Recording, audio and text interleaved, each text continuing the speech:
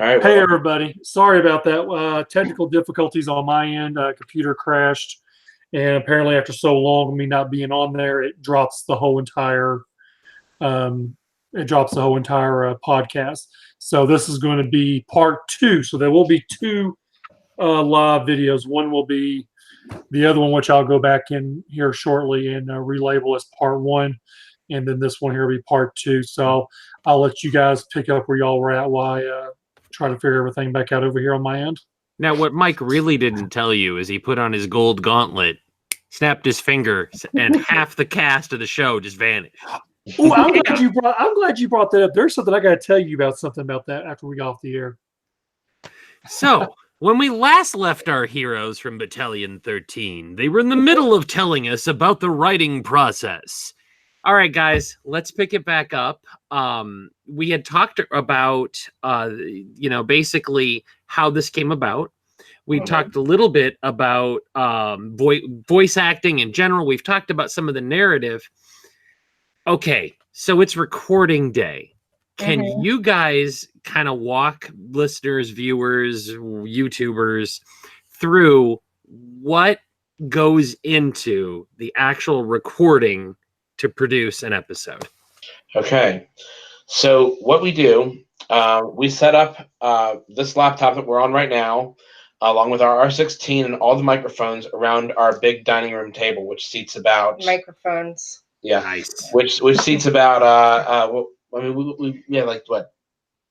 12 people at least can fit around the table. We have a really big but table. only 8 microphones. So sometimes people will have to share a microphone occasionally, but most of the time we don't have scenes that are between that many people. But occasionally there'll be enough of a casting for that particular scene that it will take more than one person per microphone.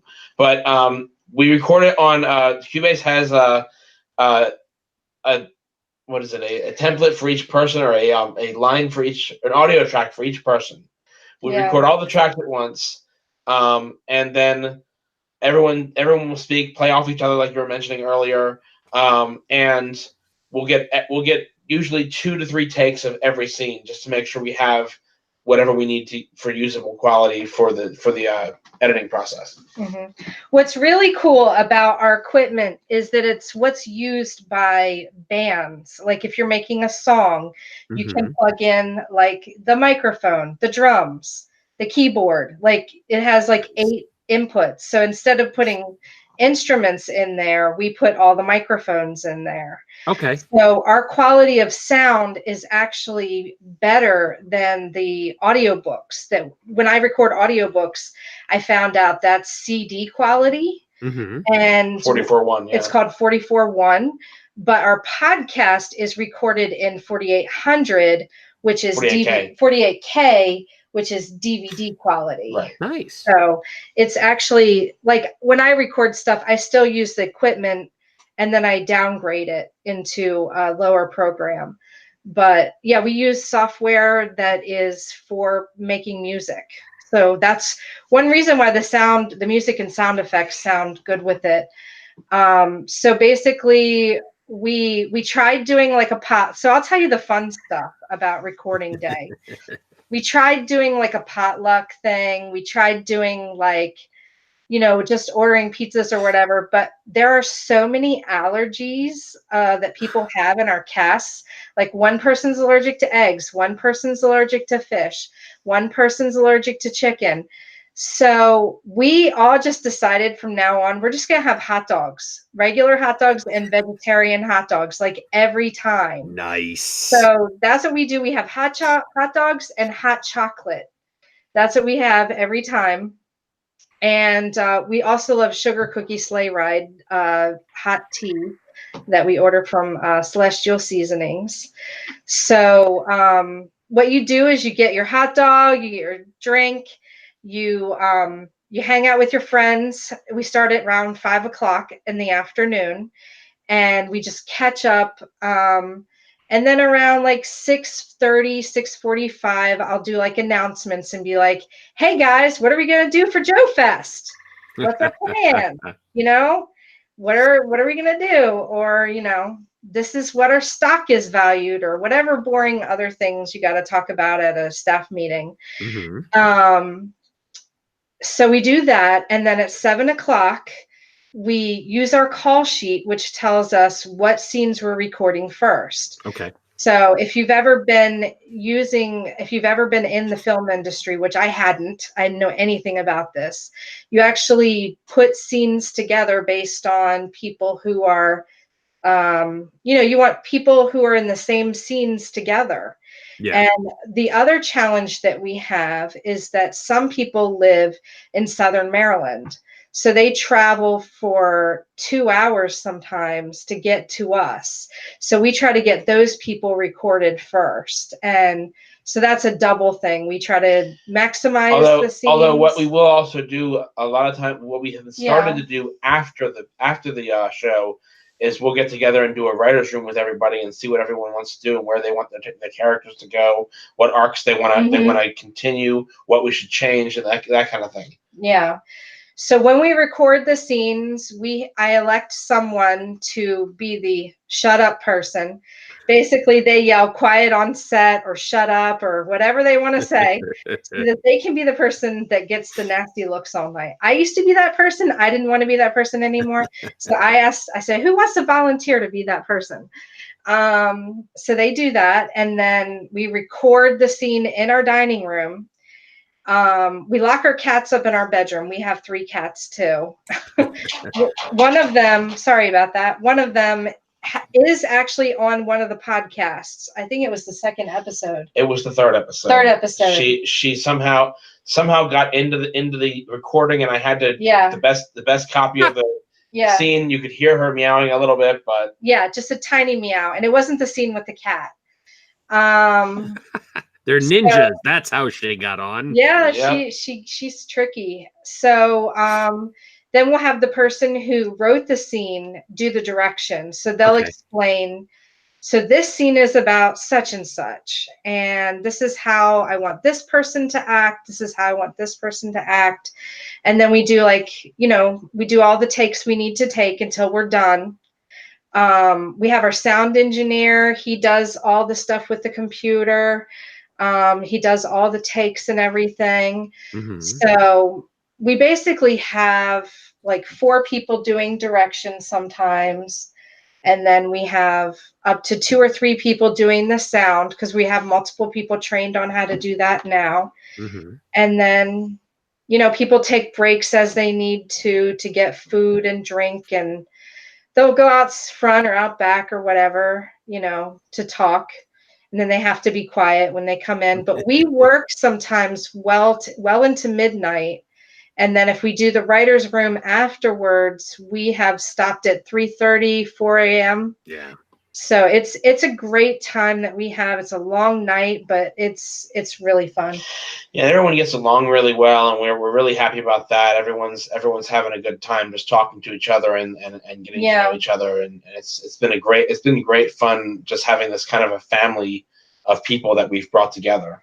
Okay. Most of the people were our friends for, they're either like family or friends for almost like 20 years. But the crazy thing is it's been bringing people into our lives that we actually lost touch with, which is really cool. Like people that we didn't even know. One of our new cast members is someone we lost contact with him before there was even a MySpace. Yeah. So we weren't able to keep in contact with him. Oh, wow. He was really a great guy. Never any real drama with him or anything like that. Yeah. Great guy. When he came back in, it was like, wow, we have this friend back. Everyone's so happy. And we're like, the guy who did Jay's thinking out loud, Eric. He is also an old friend we used to hang out with back in the day. We used to talk about interdimensional theory with him, and we used to have all kinds of fun talking about all that crazy stuff. Interdimensional theory, that old chestnut. Should we make this interview really interesting for them? Okay, how? Do you want us to make this interview really interesting for you guys? We are always up for interesting. As long as it doesn't involve Tiger Force, go for it. Lord. Punishment. I like looking at Tiger Force as a punishment. So we used to.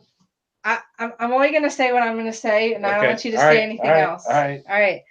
So we used to sit around with about, I don't know, 8 to 12 of us in our 20s and actually talk about what if this world existed with all of these dimensions and people with powers and everything. And the person who plays Denise, her name's Beth, she actually kept a notebook of this. So this was like in our 20s. We did this. We used to get together in our friend Jay's garage and we just talk about it and just, I mean, we smoked a lot of cigarettes back then. We really did, and drank wine and we a pack a day. Yeah. And we would just talk about these things like for hours. So when we started doing the podcast, Beth comes and she's like, I found the notebook that we had. So it was pretty interesting to go back through that notebook and see all these really crazy theories. And there was stuff about angels and demons and dimensions. There's all of these things that we wrote about in there where we would just theorize about different spiritualities and magic and everything. And just, it really was something fun that we used to do. And now that we're actually making it into this story, it's even better. We're just all really loving it. And we're all just loving that we're all back together again. We're grown up now and we're telling this story and we're adding in these extra characters and scenarios. So here's a question for Gandalf as kind of the Sure. chief creative visionary officer. Can you describe what some of your biggest narrative influences have been? You know, some of the things that have had the biggest impact on you that you're like, wow, these are great. This is what I want to do more of. One of the biggest influences I had in my narration was Will Wheaton. He did what was that? Ready Player One. Okay. And his Ready Player One was so good. I wanted to be at least as good as that. That was my big inspiration. And we listen to that. We go on bike rides because we live near the C&O Canal. And if we're driving to a further away location, like either the rail trail up in Hancock or maybe someplace in Hagerstown, which is like 45 minutes from us, we would listen to audiobooks on the way out. And we were listening to that one, and it was fantastic. And I was just like, if I narrate, I want to do it like this because he really does a good job narrating. Mm-hmm. Yeah.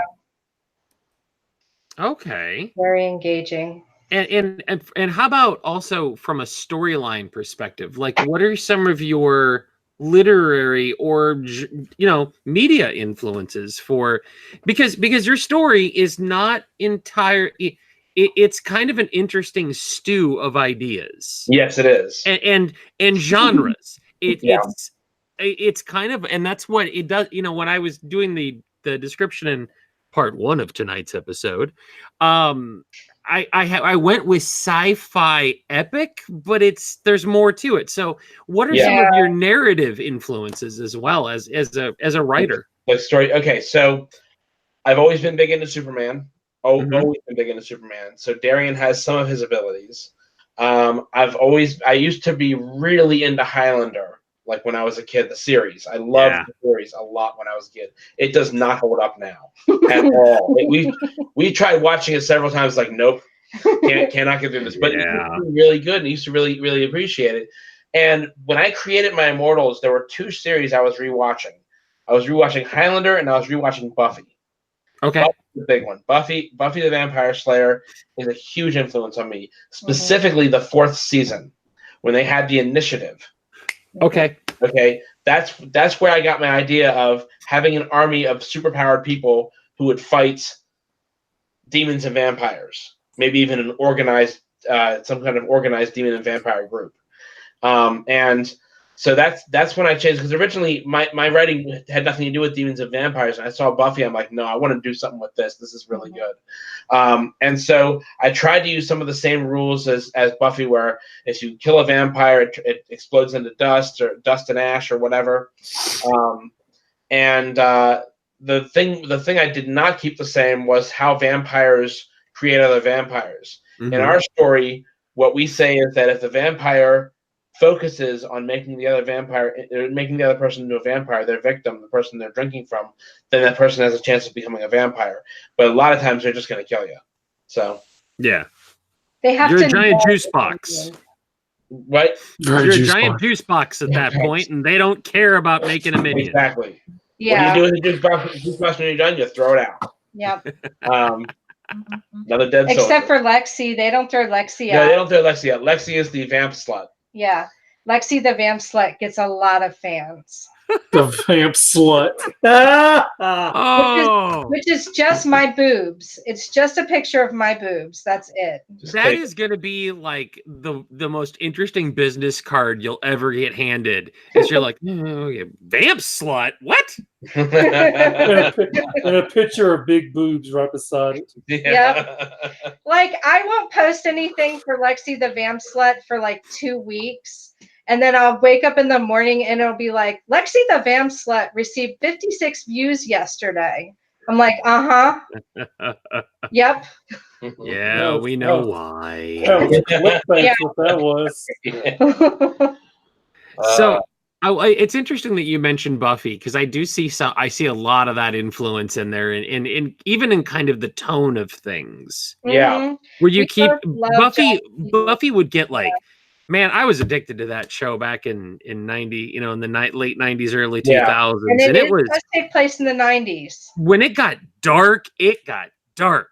Oh my God. And then when it didn't, it was the complete opposite. It was this weird dichotomy. Like that episode, one of the episodes that had kind of both of that was the storyteller one, where Andrew, it was the last season, and Andrew was telling the story of Buffy, the slayer of the vampire. And he was telling that story, and he was talking about, different things that happened, and had little flashes, and it was really, I love that episode. That was really funny. So when it comes to why we love Joss Whedon so much, it's not just because of the whole Buffy sci-fi thing.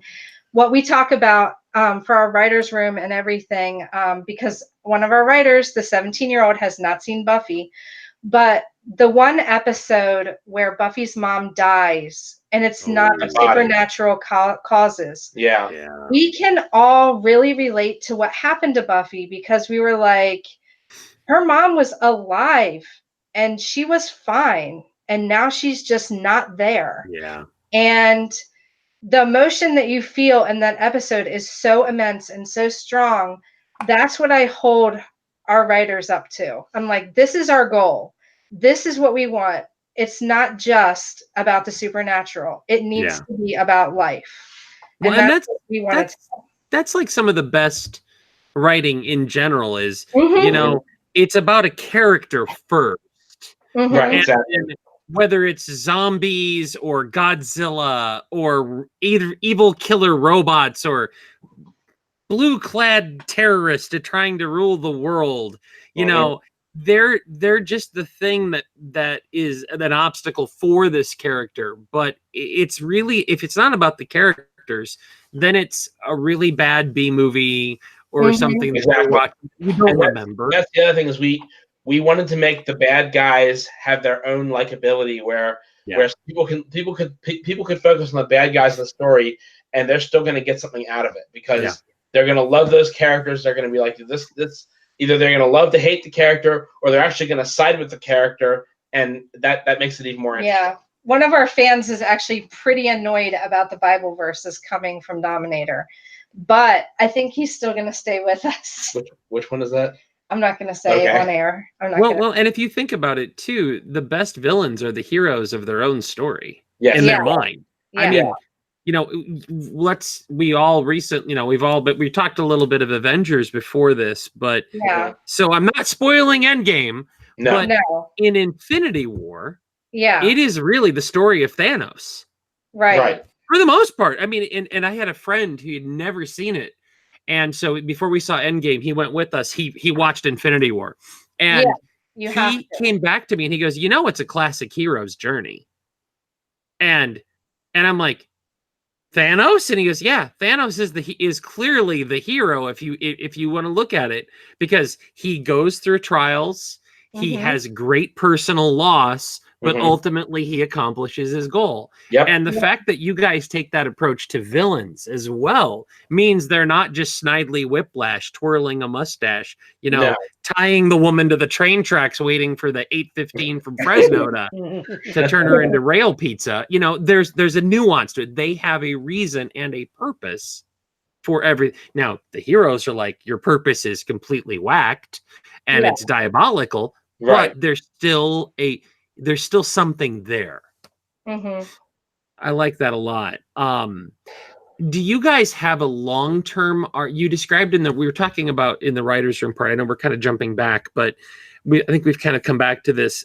In the writer's room, you were talking about Gandalf and you were acting as the architects of the story, but you have the individual contributors that are helping coming in, and you pull ideas. And do you have an overall arc that you see? I mean, using the Whedon example of every season, if Buffy got canceled at the end of any season, it had an ending. Right. Yep, we do have that. Yeah. And one of our goals actually is going to be that you can start with season 2. Okay. Because we know that like season 1 is like our learning season. Sure. Like we had no idea what we were doing. And, some people might be like, oh, you weren't that great then. You pretty much sucked. You didn't know what you were doing. But we hope by the end of season 1, we know what we're doing. Yeah. We've taught ourselves. And by the beginning of season 1, by the beginning of season 2, you can watch it from there and be like, this is great sound. This is a great story. We know it, we know some of what happened. And what we are going to start adding is a last time on Battalion 13. We are going to start adding that with the next episode. Yes. Because the episodes are so long that it's like, oh my gosh, there's so many things that are happening. And one of the things I love about that device of previously on whatever is that you can talk about all the stuff that is relevant to that, all the stuff that happened that is relevant to the current episode. And then in the next episode, you might call on things that are completely different from the things you caught on in the previous episode, saying, okay, so this is going on now. This happened with this character. We're waiting to see what happens with this character. And it's completely different than the last one because you're focusing on different things because the episode is about different things. Well, and it's a way to gently remind the audience of something that has been established. Right. But it may not have been, completely, recently. And I like that a lot. TV used to do that a lot. And I think they've gotten away from it. Yeah. But we've been watching SEAL Team on CBS, and SEAL Team actually makes a good point of doing that for the character arcs so that you're aware of this is what's been going on with this character or this character. I'll write it down. SEAL Team. Yeah. Yeah. So what is SEAL Team about? I know that's getting off subject, but it's actually about a team of Navy SEALs. Isn't that David? You'd like it because David Boreanaz plays the leader of the SEAL team. Oh, nice. We got to get into that. Yeah. What was that one show we were watching about that ship? Oh, The Last Ship. Yeah. Yeah. Which one? The show called The Last Ship. My gosh. Recommended it. I've only gotten to the 6th episode. I haven't seen the last season yet, but holy crap. Talk about a story. We're totally tangenting. But talk about a show that you said it was a relaxed show. It is. Talk about a show, though, that really used that because there were things. That show got so intricate in a couple of points that I needed that because to remind myself of, oh, okay. And I love the fact that you're throwing that in. I think that's such a great narrative tool. And there's nothing wrong with that kind of thing. Yeah. As a way just to kind of go, heads up, by the way, this is going to be super important tonight. Yeah. And now that our episodes are like 70, 80 minutes long. Yeah. And we just don't know any way to trim it down because we want everyone to have the whole experience. But we figure you're waiting 2 months for an episode. So it's like 2 episodes. Essentially. Well, you're giving them an audio movie. Yeah. It is a way to look at it. It's a lot like it's almost like the European way of where they will do a show and it may only have 8 episodes in a season, but they're a little longer, they're a little more intense, and then they take a longer break and it comes back and man, you get this novel or a movie that you're really sinking your teeth into. I had this recent thing happen when we were moving offices at work because I work at Thermo Fisher Scientific as a computer technician, and we were moving offices. And a guy stops me in the hallway and says, "Hey, when's your next episode coming out?" And I had to explain, well, we just finished the 6th episode. We're doing a mid-season break right now, so it'll probably be in the next couple of months, but we're going to be doing it like every 2 months now. And so, of course, I emailed him when it came out, and he was like, "Thanks, he wanted to hear it when it came out." And the most recent episode does have a warning to it before you go into it, because it deals with eating disorders and suicidal ideation. And one of the things that Ellen didn't mention in our journey to get to this point was, I hope you don't mind me talking about this, but her brother died by suicide right before we started doing any of this, like really taking it seriously and be like, okay, let's make a game, let's do Battalion 13. And that really motivated her to do something to leave her mark on the world, because he really didn't. But we've had a lot of loss, but we've also had victories. It's interesting that a lot of people feel motivated to write and create once you have loss. Yeah. Well, I mean, that's a way of process. Everything we do in life is emotion, whether it's positive emotion, negative emotion. And sometimes the best thing you can do when you have a very bad situation is literally take all that energy and channel it in a positive way. Yep. You know, you're letting it out instead of letting it fester. Right. Yep. So kudos to you for really like including that and just you're going to end up creating something that's way more real, because you're calling on your own experience and your own emotion in that process. Yeah, everyone is writing from their own feelings and their own experiences. And that's also something I can speak to, because I've had in my life a few instances of psychic stuff that happened to me, and I've taken those things and I've put them into the podcast in story form. And the way I describe it is exactly how it happened to me. Nice. Yeah. So okay, so you've got an episode done, you've got it written, you've got it recorded. How long, how long does it really take on average then to do all the post work? Not just even editing the audio together of the dialogue, but then adding the sound effects and your music and all of that. Well, the sound effects and music only take a couple days. That's not really the hard part. The hardest part is putting it together line by line and doing the narration. And what we discovered by the 3rd episode is that when you put it together line by line, and like when I put it together line by line and I do the narration as I put it together, that's what sounds the best. Yeah. That's the best sound you're going to get, is because you're recording it as you're putting it together, and it's exactly it's in the moment, and you know exactly what to say, and I know exactly how dramatic to be with the lines, or how I want to tell the story, how I want the narrative to go. And I would say, from putting it together, once I have everything ready, and I just have to put it together, it can take up to 2 weeks to put it together, because again, I'm doing this in the evenings when I get home from work, and sometimes on the weekends. But it can take about 2 weeks to put the episode together and get all the music and sound effects. With actually, she does the music and sound effects. Yeah. So basically, so the writers, so we construct the initial thing. It's called the treatment. That's like basically the episode synopsis. That takes like a month. And then it takes a month for the writers to write their scenes. Okay. And then it takes 1 day to record all the scenes, which now we're probably going to have 2 cast parties, because we have 16 people. We're going to be We're growing. So we'll have 2 days. And then we have makeup days. So once we get all the makeups done, then it takes 2 more weeks to get the narration done. And then it takes me 2 to 4 days to do the sound effects and music. But that's like 8-hour days that I take a break from doing narration. Sure.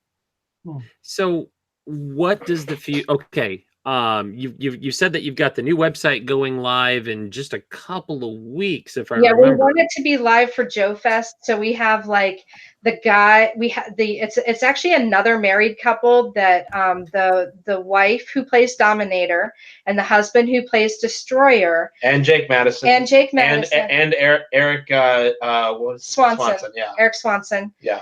So that couple, the wife she designs things. She's even designing covers for books and things. Like she does a whole bunch of great art. But her husband does like website creation. Like he does like everything with computers. Like he's just the smartest person.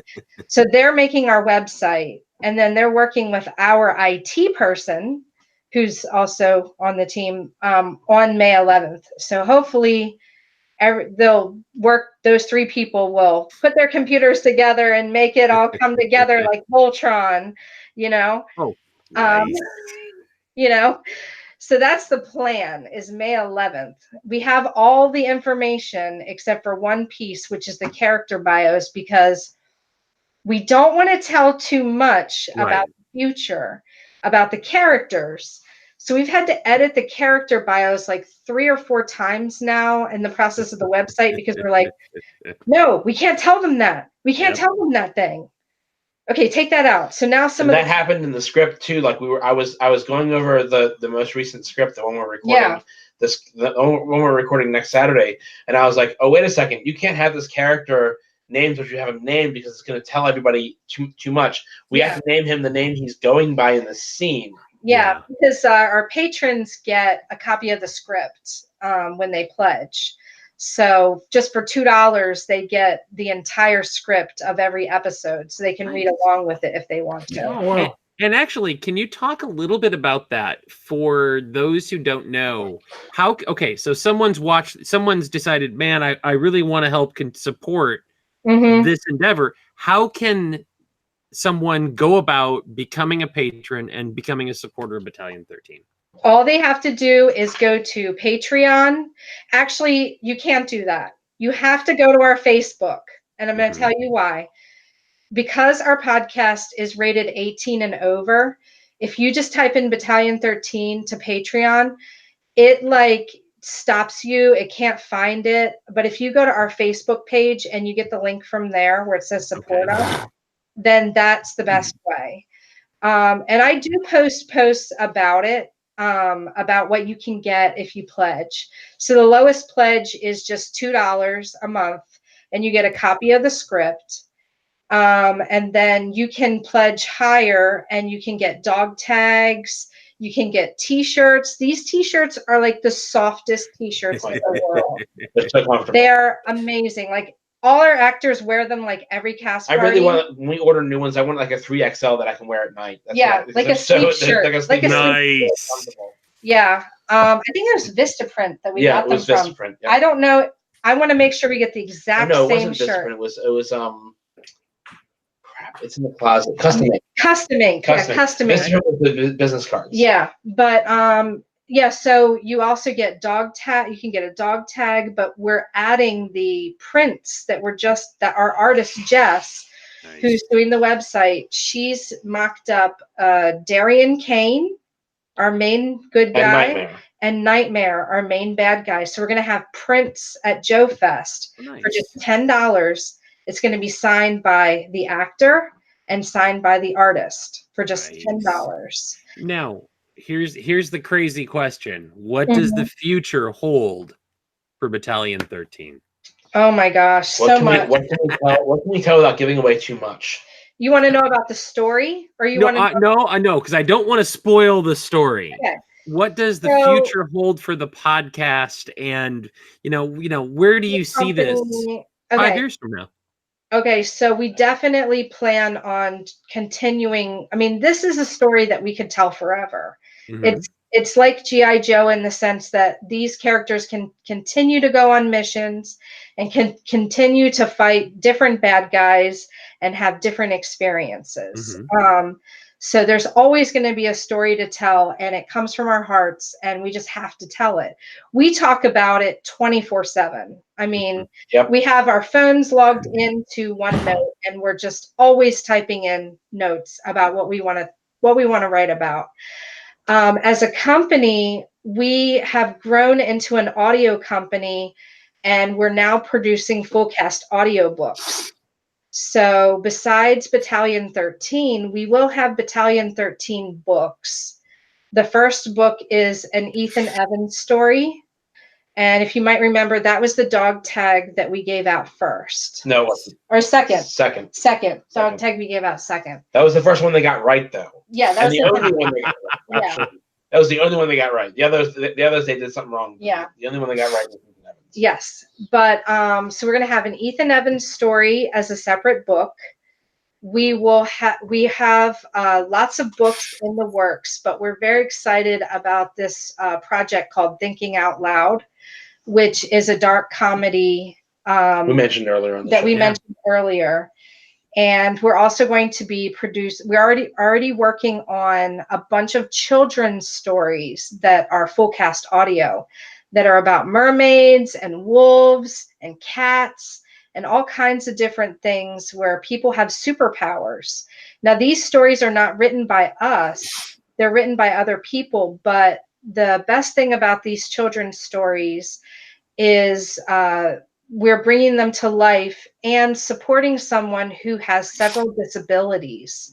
So she is, she's been writing books for like over 10 years, and she's written over 50 books, and we're making her dream come true by making these full cast audio books into these superhero books, children's stories.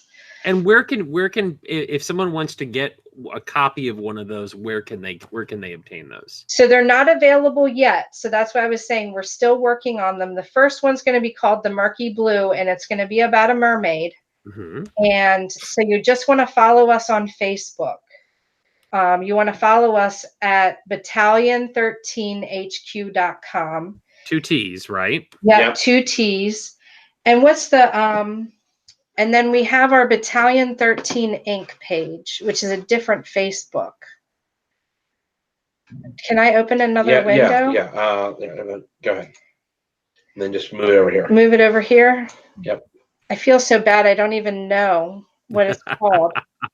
But I do share the information on both pages. Okay. You want to search for it? Pages. So it's Battalion 13 Entertainment is the name of the other company. And on Facebook, it's just @B13 Inc. Okay. And the one on Twitter and Instagram are a little bit more complicated. But if you type in Battalion 13 Entertainment just into the internet, Sure. You will find all of our links. Well, and that's the nice thing about having a unique name with the 2 T's. It's it's like when Brian Henson always said when he created the series when they had the series Farscape, and someone said, "Why do you call it Farscape?" And he goes, "Because back in the early days of the internet," he says, "if you type it in, you'll only find us." Yeah, stuff related to us. Yes, and I love that show. I adored that show. Right there, man. That's awesome. that was so great. That's another reason I do a social post every single day. So if you type in Battalion 13, that's what's going to come up. It doesn't talk about firefighters anymore, unfortunately. People are looking for firefighters whose squadrons are Battalion 13, but now it's all us. It's all our company. Well, Mike, do you have any other questions for them as I've been kind of going for a while? I know Mike's pondering deep, dark thoughts. No, I'm just trying to watch my computer, make sure I don't have any issues. It made a funny noise again, like it did earlier. That I've closed everything out. We will be giving out Kristen Kane dog tags at Joe Fest for free, but you do have to give us your email address. I was fixing to say I got one from y'all at JoeCon. It was the orange one? That was the Jesse Barnes. Jesse Barnes, yeah. I got that one, and then I got a hat from y'all as well at JoeCon this past year. The hats are very rare. Oh, are they? Well, I have a rarity item. Yeah.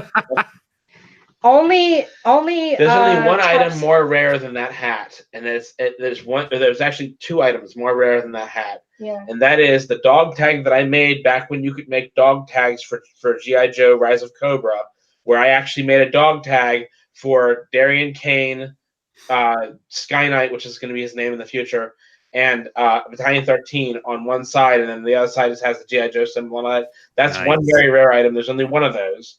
And then the other one is my Zippo lighter that has the initials of Darian Kane on one side and has Battalion 13 on the other side. Yeah. That's awesome. That's going to be the rarest item. That's from when we were 20. From when we were in our 20s, yeah. Yeah, we do not do it anymore, of course. So I love the fact that this has been percolating with you guys for so long. Yes. Because like any idea, it's kind of like, again, we mentioned the stew of genre things. Mm-hmm. A good stew, the longer it sits, the better it gets. Because it blends and it turns into its own entity. Yep. And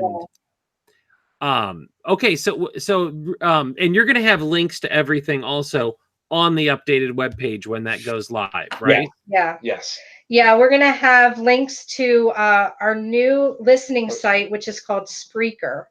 We like to use that one because it rolls advertisements for us. But we only chose to do one before and after, not during, because I didn't want to interrupt the scene with that. That would really annoy me. It doesn't give us very much money at all, but it does help us get on iHeartRadio. That's our goal. Nice. So if you listen via Spreaker and you follow us on Spreaker, that once we get to 100 followers on Spreaker, I know everyone was doing Podbean, but if we get the Spreaker followers, we can be on iHeartRadio and we can be entered into contests. Oh.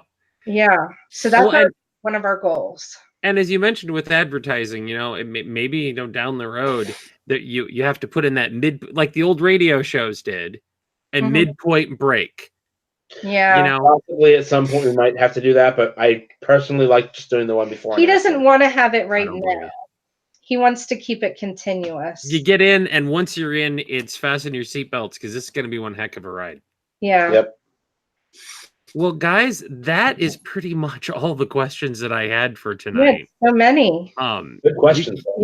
You guys gave great answers, and I love hearing your passion for this because, again, it's refreshing to hear someone who's had an idea for so long actually turn it into something. Yeah.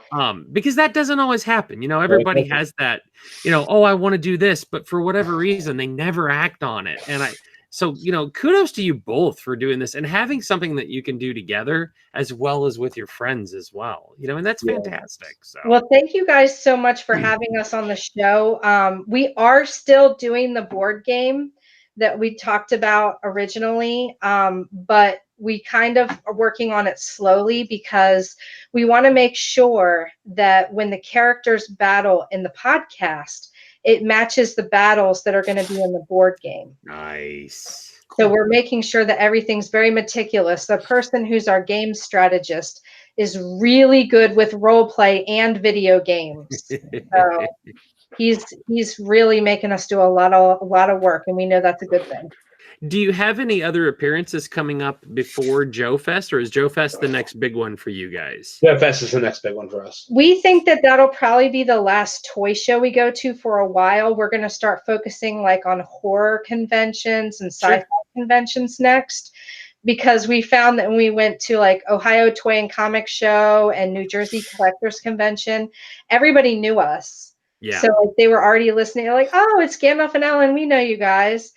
So they had the other dog tags and they knew us. So we were like, okay, well, Joe Fest will be our last toy one for a while. And then we'll start doing some sort of sci-fi thing and horror thing. Well, and I used to live in Boston, and there were even there were sci-fi conventions that were all about books and media and not movies and TV. I think Aricia was one that was big when I was out there, and that just seems like a perfect fit for you guys. Yeah, are those kind of shows where people are coming in and they want stories, right? And they are there to consume stories in some fashion. Yeah. So I think that's awesome. Well, Mike, is there anything else that you wanted to talk? I'm watching Mike, and Mike's just down there, and it's like, man, there's just some intensity. Is there anything else you wanted to talk to them about tonight, or no? I think they've pretty much summed it all up. I mean, we know they're going to be at Joe Fest, which, you know, a lot of people are going to be at Joe Fest that are within the community that do stuff. And we look forward to seeing you there. Hopefully you won't be too far away from us. I know we had said we weren't too sure where we were going to be at Joe Fest, but we'll be Third somewhere. floor men's room. Oh wait, no. No. You'll know where to find us because we'll be right in the front, and it'll either be me and Gandalf or Gal and Zareth right there at the table. So, or some combination. Yeah, or some combination. You'll have someone to hang out with at all times. Very cool. Going to come hang out at our table. We would love that if anyone wants to come and just hang out with us because, yeah, we're going to have a good time. Well, now we know it would not be a show, or at least one of our shows, if we didn't bash a little bit on the club. Yeah, that's true. So those y'all, posters, right? Oh my God, those posters! The posters. Oh my God! Don't. Let me get on my. Why do they think they can charge $200 Okay. for a poster of an action figure? Did you guys see the post that I made in one of the forums where I took literally a clip art of a coffee stained napkin? I saw that. And they said, you know, hey, this is the latest thing that they've added. This is the napkin that Brian used as the coaster when he signed the purchase order for FSS 5. This limited collectible is available now for the low price of $200 and a Hasbro stamp, which is a cool memento unto itself. Here's what I'll say about that. And I did a video on Facebook for the unofficial club page. And when I saw these originally, someone had posted how they thought it was the actual figure. Yeah. And he almost bought it. He said. Our Maryland group who had it in their cart and they almost checked out. And we oh, were God. like, dude, I wish you told us that you were, oh my God. And so, anyways, and when I started looking at the prices, I'm like, you've got to be kidding me on these prices. And I posted the video about it, and I showed the video. I actually have two of these from JoeCon, both of them. One was from JoeCon 2014, which was the 3-pack zombies. Mm-hmm. And then it was JoeCon 15, which was the Tiger Force Jeep and bazooka. Of course you have that one. And anyways, this is what they had at the convention. Yeah. They had, and it's literally a piece of paper. It is printed on paper, and it's on a little harder, kind of like construction paper behind it. Is it signed by Stan Lee? No. No. But the point is that when I got mine in 14 and 15. And after 15, they stopped giving them away. Well, yeah, because Brian's got to, pay for no, I was told it was because of me posting pictures of them online, is what I was told. But if you go back and look through the club store, you'll notice there's certain ones that there's none of at all. And then there's like certain ones of 1 year. Those are the ones that no one wanted. Mm-hmm. So, yeah. But I've I've saved these pictures to my phone and computer. And I'm actually going to send these over to the UPS store. I do all my stuff for my convention. And I want to have him printed out on an 11 by 22 and see what it looks like printed out to see if it's actually quality what you're getting from the club. I mean, and you know what? I'll probably be out maybe $12. And this goes back to how the club will shenanigan money. It was BotCon 2016, or it was this last JoeCon. Where were we at? Kentucky. Man, it was one of them. I can't remember where it was at. I know there was a tour I wanted to do. And I said to myself, I didn't want to pay the high price. So I said, well, I'll call and see how much the tour is, and maybe I'll just drive there. I took my car. So it was either last JoeCon or last BotCon. I drove to both of them. And I looked it up, and I called them. And so it had to be whichever one was the Space Mountain, or I forget. It was one of the liquor tours or whatever. But anyways, the liquor tour was like, I think like $10. And then, but on top of the tour, you got to do this and then go somewhere else to like a mall and eat, and then they brought you back. But they charged like $100 some odd for the damn tour. So he was, I mean, literally ass raping you on so much money on a tour that cost like $10 and was charging like $90 to $110 for the whole thing, which of course I'm sure some of that factored in for the charge of the bus. Yeah. But which still, it doesn't matter. You're just, it's way too much money in my opinion. Not And then- $100 a person for a bus. No. Did it cover the food? No, you buy your own damn food. So when you get down to those special tours, just because we never came in time. well, you got to hang out with Savage and his crew while they all hung out together by themselves. So I just want to know, how much is this going to be worth on the club store? Oh, that's right. You ripped that off. Because I hate the concept of the golden ticket. And Yeah. at the last show because I was going to Joe Cons before that was ever a thing. And I wondered about that. Like if there was a time when it didn't exist. so here's a fun little bit of story is I went pretty heavily for the first so many 3 3/4 years, and then I took a break and I came back again in 2009. And then after 2009, it wasn't until Indy. So I took a couple of years off. But 2009, there was no golden ticket. So, Hasbro had their big panel. And I remember if you wanted to get a good seat for the Hasbro panel, you went early. Mm-hmm. You got in line. And that's how I got to know Gary Godso pretty well. We'd known each other from the forums, but it was Gary and his wife Debbie and I were standing around out in front of this panel because we got there and we were like the first people there. Mm-hmm. And it was, the year of the rise of Cobra toys and things like that. And it was kind of fun. You got to meet people. And that was the year that Richard Woodhouse unveiled the Hiss that had the pop-up.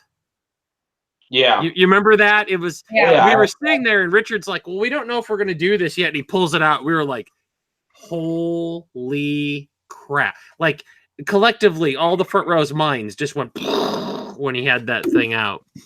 But that's what made it fun. It was all Joe fans were equal at that point. And I like to paraphrase Animal Farm that when they introduced this, all Joe fans are equal, but some are more equal than others. Yeah. Yeah. So how often would it be that you would go to a panel in the era of the vaunted golden ticket, which they stole from Wonka? Yeah. But anyway, you would go to a panel and there'd be like nobody, it was some of the lighter panels, and yet you'd get there and the first so many rows are empty. But you can't sit there, even though you're someone who's attending, because that's reserved for someone who may show up. Yeah. That's irritating. Oh, that pissed me off. I can't say anything. Every year I went to Joe. Oh, shut up, Mike. No. But BotCon was the same way. They didn't start the golden ticket. Such a cat. I think till I think it was 12. Yeah, 2012 is when they started. So they went for 12, 13, 14, 15, 16. They did it for 5 years. And I did the golden ticket in 14. And I did if I remember correctly, I think BotCon was before JoeCon. And I did it. No, I did JoeCon first in 14, I think. And I went ahead and did the golden ticket for BotCon. And I was really disappointed with the BotCon golden ticket. And I didn't do it again after that. But I felt is Brian got an extra $30K out of people at JoeCon. But I mean, in some aspects, when you look at it from Joe to Bot, the attendance is a very big difference in attendance. Oh, yeah. So you waiting in line longer at a BotCon and JoeCon are totally different. There would be times where they would have to they would have to shut the store down on Thursday night and reopen it on the next morning because they couldn't get to everybody on the opening night. So that's why I started doing tours for BotCon so that I can get into Wednesday night pickup. and then go straight to the store line on Thursday. Well, and Which the is other a lot thing easier. too is that JoeCon in the years that I went, and again because I took some gaps. I didn't go in 2008, and then I didn't go 10, 11, and 12, and I picked up again in 13 in Springfield. But from 7 to 9, it went up. 9 was a big year. That was a movie year. Yeah. They actually had one of the I butcher his name, so I'm not even going to try to pronounce it. Adewale, and I can't pronounce his last name, but he was the guy who played Heavy Duty. Right. Yeah. He was there, and he was awesome. But when I went back again in 13, I was like, this is it. Because I brought my fiance with me at that point. I was like, Amanda, you got to go. JoeCon's like awesome. It's huge, blah, blah. So we drove to Indy, and she's like, this is it. And I went, it kind of is. And it's interesting that was in the era of the golden ticket. So as attendance went down, they found another way to get more revenue. But the fact that they're selling the sign on the club store that says sign up for the G.I. Joe Collectors Club here.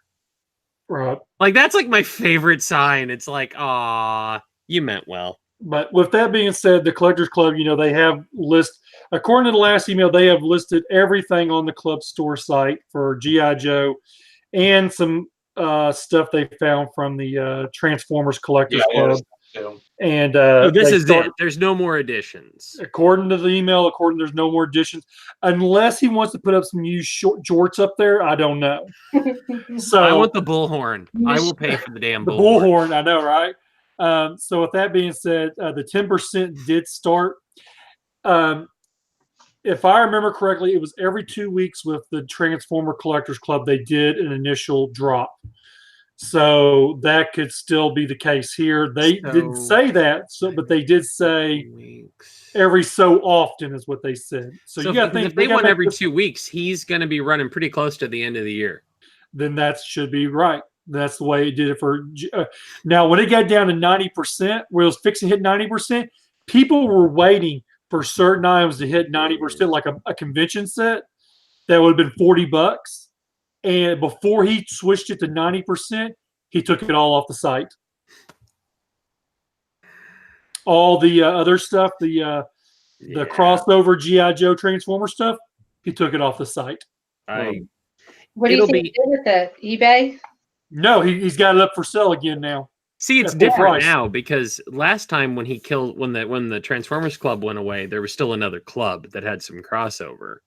Right. But now he does. I'll be interested to see what happens because honestly, like I said, aside from that mummy thing, which now hope people don't go out and buy it because I'm still considering it. But I looked through there and I was like, man, I was hard pressed to come up with something that I really wanted, that I was willing to pay those prices for. Right. Because those aren't, I would expect the club prices to be lower than eBay prices. Even if they marked them up like, 25, 30%, it's still not. What's that certificate? Which one? Screw that certificate. Sign at your toy shop, Transformers Challenge, winners, gift certificate, sign. I don't know. It's just a sign. It's just $90. It's a sign that says that you're the winner. Yep. And it's $90. But it's not that you're actually the winner. I don't think that's really. You're the winner because you bought it. That's why you're the winner. Here's the thing, Ellen. Yes, the sign says you're a winner, but after paying $90, are you not really at all? The club is the winner. If you paid $90 for They're it. the winners, yeah. But and then so that's everything site-wide, 10% off. So that means even the final 12 have started hitting the 10%. Yeah, so good luck. I will probably bite on one more set on that, which I want the Psych Out and Tunnel Rat Tiger Let me guess, Force. Kitty Patrol, right? You not think it's going to go lower than that? Oh yeah, I think I'm gonna hold my breath at maybe 40%.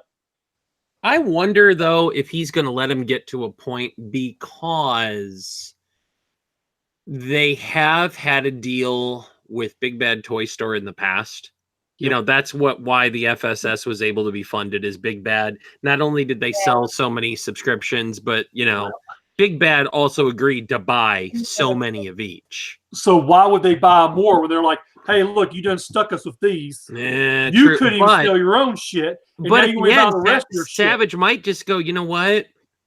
Rather than give them away for $20, you know, for a 2-pack, he could go to Big Bad and say, look, you want them for like 40? They might. They might be like, look, I'm watching your site too. I got all my peons ready to order as soon as you. They doubled the price on a lot of the stuff, like just double or more the price of a lot of these figures. I mean, the only one, like I'm looking at these right now, and I think I paid less on eBay for Blackout than they're showing on here. I'm not exactly sure. I don't remember, but I'm pretty sure I paid less on eBay. Well, remember, Blackout was supposed to not be sold. He was a 13th bonus figure. Yeah. All of them, yeah. All of them were up. Then of course now, hold on now. People have said, give them credit. They got nowhere else to sell this, and they got to unload and blah blah blah blah blah. You know, so whatever. Really? Yeah. What was it I was going to say? It's really funny how you mentioned eBay. On the Transformers side, there is a box set on there for Machine Wars 2013. Oh God! That he has which was I want to say pretty much their worst set ever, which was actually from the mind child of Pete Sinclair who wanted that. But anyways, they have like a ridiculous amount of money on that one. And the funny thing is that Lanny Latham has it for next to nothing on his eBay page. Well, he's not an employee anymore. No, but he's unloading all his stuff on eBay that he can make money off. I don't know whether he actually got a job or not. I can't see because he blocked me and he don't want to be my friend no more. I feel bad for the people that were buying the final 12. Well, actually, I do and I don't. They should have known better. There were a lot of people the last so many years, especially the golden ticket era, the club stuff really turned into people were going to JoeCon and getting golden tickets and buying up a ton of stuff to flip it on eBay. Yeah. And look, that's their right. I mean, they are allowed to do that, you know, but when I first got involved on the web, I worked on a site called Ring of Collectors, and our whole purpose was hooking up your fellow board members with stuff at cost plus shipping. You know what I mean? Like you find a hard to find item, it's Toy Karma, you know, and you buy it and you ship it to them. And, you know, you don't make it. You're not doing this for profit. You're doing this to hook up a fellow collector. Right. And maybe that's naive of me. I did that a few times for people when I started going to cons, which we only went to the last 3. Yeah. And we thought we were just going to the last one in Colorado, and it wound up being 2 more. So we decided, okay, we want to go to these. Yeah. And what I did in the one that was in Disney World with the Battle Force 2000, which I almost didn't go to, but then I was like, I love Battle Force 2000. Yeah. I love Battle Android Troopers. I have to go to those. Oh, dude, that set was you. That was awesome. Yeah. Freaking and only you. I loved it, but I loved the shirt, the bat shirt. That was badass. I love that stuff. And when John Monier actually, he when they did the parachute drop, which they were really stupid to do where they did it, they did the parachute drop off of the side of the building where there were balconies that could catch them. Yeah, which was that's really happened before. Fucking dumb. But anyway, sorry. 17. Where were we at? Disney? Where did we throw that off? I can't remember where we threw that off at. Yeah, it was right out back, like between if you kept walking, you'd get to the pool, and they threw. Oh yeah. Okay, I remember now. John Monier paid a bunch of people, paid a bunch of staff to go in and get the figures that had fallen on the balconies, and he texts me and says, "Hey, do you have a parachute figure from the drop?" I said, "No, I just bought one." I said, "Okay, I'm going to give you one." So he just comes over and just gives me one. No charge, nothing like that. It was great. And I wound up keeping that one, and every other one I sold to people at cost because they really, these were friends and friends.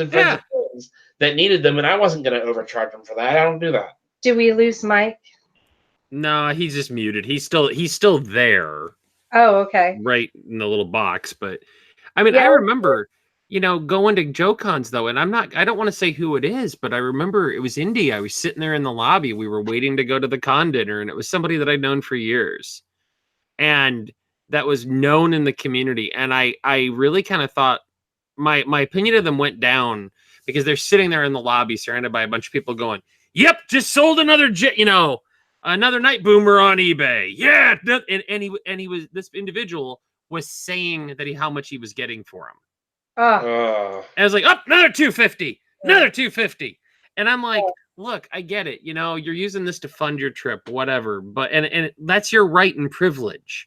Yeah. But I hated that shift that occurred in the community, where it became grab as many as you can for profit, as opposed to, you know what, I can't go this year, but one of my buddies knows that I'm a huge fan of X, and I'm covering the cost and the shipping, and they're hooking me up.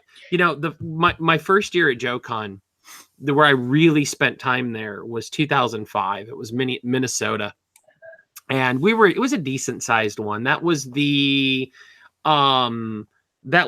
Coil Troopers and the Major Blood with the Skull Trooper sets. It was Cobra's Most Wanted. I think it was Cobra's Most Wanted. Yeah. And no. Yeah. It was anyway, the bags, whatever he set it was that year. No, I'm sorry, it was Mars. It was the first Mars set. It was the first Mars set, the O-ring version that had Iron Anvil and General Mayhem. Well, the souvenirs at the con were a 2-pack of Steel Brigade 3-pack of Steel Brigade troopers. It was 2 troopers and an officer, and they were available all weekend. They didn't sell out instantly. Souvenirs didn't sell out instantly in that time. And my buddy Chris Chung, who he and I used to do reviews together, and we just kind of fell by the wayside on that. Every time I turned around, Chris was walking up to the con booth and buying another Steel Brigade 3-pack. And it was awesome, that souvenirs were available, and it wasn't this, I'm going to go and shiv people in the back to get them and push kids out of the way to get parachute figures. Well, that's something I wanted to touch on a little bit too. At that last JoeCon, that's terrible. People did horrible things at the last JoeCon to get those parachute figures. Yeah, that parachute drop was absolutely ridiculous. We ran into my good friend Tim Mizak, who I don't know if you guys know him. He's a really good guy. He's out in Eastern Maryland. Yeah, he's and we're in Western Maryland. He's in Ocean City, but his parents live in Cumberland. And we met years ago. We met back in 2005. He was your first G.I. Joe friend. He was my first G.I. Joe friend. That's right. He's my first friend in the community. You never forget your first. And running into him there was great because we'd never been to a con together because we'd only been to the last few, and he used to go to all of them when he was younger, and his mom used to take him, and they decided to go to the last one together, and that was just fantastic. But we were standing there watching this thing like, oh my God, I'm not going anywhere near that. I bought my figure. I'm good. I'm not going to fight a child over this parachute figure. It is not. It used to be roped off. It used to be like, man, if you were not a kid, you couldn't get over there. Well, they were standing. I mean, the last one, there were people standing on the balconies or the parking. It was a parking lot. They're standing. Yeah, they were standing there. Yeah. Well, and I've only ever caught one parachute figure in my life, and that was Indy, because they were Creo figures. And they threw them off the parking deck. Well, a Creo figure is pretty light. And cool. Some of them drifted. They were real good that year about kids up front, everybody in back. I was standing next to Mike Irizarry and his brother, and we were just sitting there shooting the breeze, and this one just comes I'm like, huh. And I'm tall, so I just reached up, grabbed it, but it was well past the kids area. Yeah. Every kid that wanted one got one. It was somebody that must have chucked them long, because this thing just and there were some that drifted well over us and even back into the street. Those things didn't want to drop. I don't know. Imagine they're like Lego people. They're really light. Yeah. Yeah. But, it was such a different... It also used to be at JoeCon, if you wanted to do a parachute drop, you just went and got in line that morning and, they took you up. It wasn't reserved for the special golden ticket holders, and all of that. And, I can remember New Orleans. With the first New Orleans, we went all the way up the top of some hotel and we were chucking the iron anvils or the annihilators off the roof, except for, I had a mishap because my hand got caught on 2 parachutes. So when I went to throw them, my arm went out, I whipped it, and I looked down and I had 2 empty parachute harnesses in my hand. So 2 annihilators, apparently they're no longer with us because they fell straight from the top of the hotel. No chutes, but it was a different experience then. And it's just, it's sad to see the club go out the way they are. I wanted to say, though, as someone who didn't really do this their whole life, like Colorado was the first time for me, I felt very, how do I even put this? I felt friendship from everyone that I met. And, the people are awesome.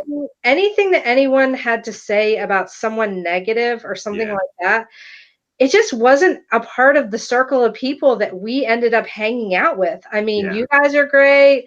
We hang out with Mindy and Jonathan, Dalia. Yeah. And like our other friends that we run into there. And like, we're lucky enough. We actually have a group here in Maryland that we actually have like a group text message where we message each other like 90 times a day. It's ridiculous. Wow. And, I mean, I personally have not met anyone that I have had a bad experience with. And with our G.I. Joe group, G.I. Joe Command Central, we don't allow any of the buy-sell trade. So avoid drama that way. Yeah, we don't. Oh my gosh. Yeah, it's just all about fun stuff then. Yep. Yeah, I mean, people may get a little bored just because it's like just pictures and stuff, but nobody complains at all. Like, it's... As a matter of fact, at the last JoeCon, George Geyer came up to me and handed me this envelope. Yeah. And in the envelope, he said, "Thank you for running G.I. Joe Command Central." And he hands me this envelope, and in the envelope were these prints of these pictures he did. Some of them were G.I. Joe, some of them were G.I. Joe and Transformers together. Oh, and they were really awesome pictures that I loved. So we framed them and hung them up in our basement where our Joes are. Oh, that's awesome. Well, and it's even more personal because not only are they good subjects, but it's the story behind it. It's the sentiment that someone enough to give it to you. I received at JoeCon. He almost cried for real. Seriously, he was so touched. I was so touched by that. It was amazing. The thing I really liked about, and I thought this was interesting, is the last JoeCon was kind of an interesting experience. Golden ticket crap aside. I was asked to describe this for a book that's coming out of essays, and so I wrote a piece for it. And the last JoeCon to me, Hasbro wasn't there, and in an official capacity, there was no new product. No. IDW, which hadn't bothered to attend really since 2009 or so, wasn't there. The club wasn't showing anything new. It was the fans that had the biggest presence and the most excitement there. For me, for Joe related stuff, I couldn't wait to get over to Carson's booth and pick up my slipcase and my final 2 volumes, of Carson's Collecting the Art of G.I. Joe. It was, talking to you guys because of Battalion 13. It was Marauder, who I remember. Marauder John started at JoeCon in 2005, and a little table in the back, and seeing how he's grown. And James Kavanaugh with noted author James Kavanaugh, who in the first New Orleans convention was carrying around proofs of this idea for a book he had that would become RAHC Guide. So for me, it was seeing that the fans were kind of taking the reins of this, and the finest, which that didn't exist when I started. There was no, there were people that dressed in costume, Kavanaugh, but it wasn't fan organized and driven and structured, and to see, you know, the finest selling prints, to see all this fan created content, to me that was awesome, because it was kind of like, okay, mom and dad, you know, as it's like the fandom had grown up and we were no longer the kids living in mom and dad's basement, that we were stepping out into our own. Yeah. And so, Ellen, to your point, the best parts of JoeCon, of any JoeCon, okay, do I get giddy still when I look at my Renegades figures from this last year? Yes. But the best parts for me have always been running into my buddies that I only see maybe once a year. Yeah, you that's know, the thing. And it that kind of stuff is way more interesting to me than all of that. There was something else. I think it was Brian Cunningham had created these vehicles for JoeCon, and I was surprised that no one else was getting them, because I went up with, I think, most of them, and they were expensive, but there were these vehicles that were painted up as Slaughter's Marauders colors, and also in Python Patrol colors, and they were really well done. They were expensive, but they were really well done. And I decided at the beginning of the convention, I said, I'm going to get one on each side, and then I'm going to leave the rest, because I thought other people might want vehicles too. Well, by Sunday, I go back, and most of them are still there. So I sat there. I bought most of them, because I was like, these were specifically done for this convention. Yeah. These were really well thought out, and if no one else is going to buy them, I'm going to support this, because this is, and they're still in our dining room, like displayed, because they're so well done. We're so proud of them. The painting was like factory painted. It was amazing. Yeah. People who are not even into them are like, these are really cool. One of my favorite, I am not a customizer at all. I can't customize for crap. But one of my favorite things, going back to the first year, I'm a closet Joe Customs junkie. Like, man, I scroll through there and always look at updates, and because you get inspiration for, especially original characters. Yeah. And every year it was always about going through the customs and diorama stuff for me. Like that was amazing. And it was, you know, they didn't have as much of a photo contest this year. I don't remember seeing it like they used to, but you know, it was always surreal to, especially having run a site where, you know, I knew a lot of people by board names back when we did that, as before social media and in groups. But to go and to run into some of these people that I'd followed that were posting pictures on Joe Dios or posting customs, you know, and to kind of actually be kind of a fanboy for a bit, you know, to be like, oh my God, you know, this is awesome. The other thing that was cool for me is I finally got to sit down with Jim Beard and Bill Nedrow, who were two of were because they're all gone now, the Kindle World's authors. Yeah. Because Jim Beard, I linked to his story forever on the front page of JBL, because he wrote an adventure team story, you know, that felt like it was set in the 70s. It felt like had that old $6 Million Man 70s kind of vibe. And I remember reading this and I'm like, oh my God, I want more Adventure Team. You know, and Bill, who wrote his alternate continuity of Joe, where Stiletto was introduced. And it was cool to meet like all these creators who had actually done something. Yeah, and actually I know for a fact, I want to give a shout out to Colleen Nedrow, who actually listens to our podcast, because I remember when we were at JoeCon, we went to hand her a dog tag. She's like, oh yeah, Jesse Barnes, I know who that is. I listened to your podcast.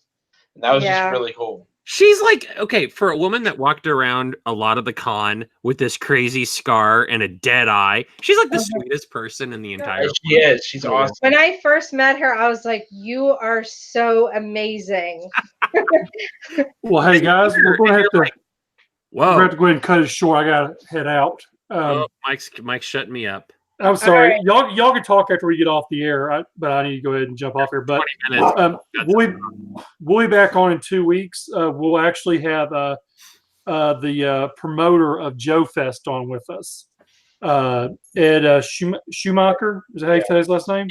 Yep. Yeah. He will be on with us in 2 weeks talking about Joe Fest and all the do's and don'ts, cans and cans, and what he has to sell and what they have and how they're going to do it. Maybe they'll have an idea how people will be able to get said exclusives. Maybe they're going to do a number system or a ticket system of some sort. So hopefully we have some answers like that to give away. But hopefully everyone's watch us. If you jumped in on part 2, there is a part 1. It is up on video form now on YouTube, and I will update this one here shortly. So thanks to you guys for jumping on. Fred, adieu. But thanks for everyone for watching, and everyone who will watch it in video form. Thanks a lot. Good night, guys. Thanks again.